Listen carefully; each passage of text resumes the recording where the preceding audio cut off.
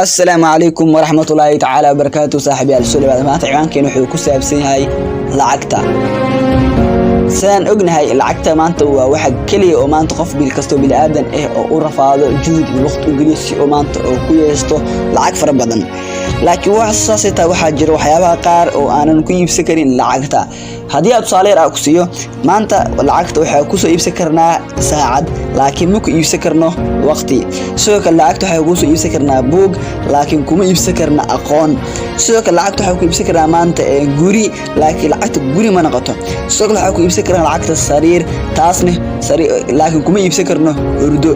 sidoo kale lacagta waxa ku iibsan karnaa inaad noqotid maamul ama inaad shirkad maamushid ayaa laakiin kuma iibsan kartid respect in lagu xishmeeyo dadku ku xishmeeyaan kuma iibsan kartid laakiin waa ku iibsan kartaa inaad noqotid maamul sidoo kale lacagta waxa ku iibsan karnaa dhiig ayaad ku iibsan kartaa su'aalan in aad dhimo rabo ama la iibsan kartaa lacagta laakiin ma noqoto lacagtaas ama kuma nolol ama kuma iibsan kartid nolol sidoo kale inta lacagta waxa ku iibsan kartaa canshuur ama caymis iskaga iibsan kartaa laakiin kuma iibsan kartid nabadgelyo in amaanis ama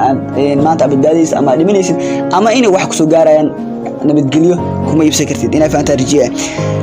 saas inta waxa arki karnaa marka ama ogaa karnaa in lacagta ahayn wax waliba dad marka ayaa wax u haysta maanta in lacagta wax waliba ay tahay maaha lacagta wax waliba lacagta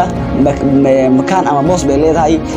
waxyaabo kale intana boos ay leeyihiin marka waxyaabo waxa jira lacagta aad ku iibsan kartid laakiin aan ku iibsan karin marna lacag. السلام عليكم ورحمة الله وبركاته.